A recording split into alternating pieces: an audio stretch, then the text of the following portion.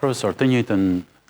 Kam një kundërpërgjigje shumë të thjeshtë. 4 vendet kryesore të Evropës qendrore, Polonia, Çekia, Slovakia, Lituania dhe së fundi dhe Hungaria, furnizojnë tashmë nga portali në Świnoujście, në Szczecin, në Poloni, një terminal që sjell gaz të lëngshëm nga Norvegjia dhe nga Amerika. Dhe ky projekt ka nisur në vitin 2008 dhe u finalizua para 2 vitesh. Pra diversifikimi energjetik është çështje themeltare kombëtare dhe shtetërore. Në qoftë se kemi mundësi për të marrë një burim tjetër energjie, duke pasur dhe shfrytëzimin e burimeve tona të energjisë, pse jo? Lind pyetje shumë e thjeshtë, pse jo?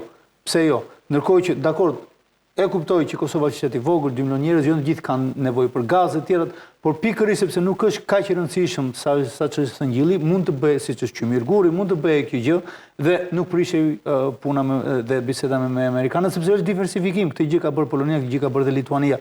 Janë të pavarura nga gazi rus tashmë. Pra i ka dhënë atyre një lloj sovraniteti të jashtëzakonshëm kundrejt Rusisë, e cila i kontrollonte në periudhë gazit deri në vitin 2005-2008. Profesor, ndjes që të ndërpres, një pyetje, dimensioni ekonomik dhe dimensioni i sigurisë kombëtare, në çfarë raport duhet të qëndrojnë?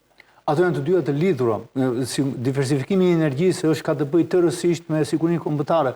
Nuk është më çështje ekonomie sa kushton gjizë, sepse Kosova po i paguan këto para. Pikërisht. Sa po folëm. Dhe ato të holla mund të investohen për investime që të sjellin shumë më tepër pasaj fitim në një të ardhme afat mesëm apo afat gjatë. Është e njëjta gjë me projekti që ka Kosova me Shqipërinë. U folur gjatë për Hekurudhën, për portin e Shëngjinit, portin e Durrësit.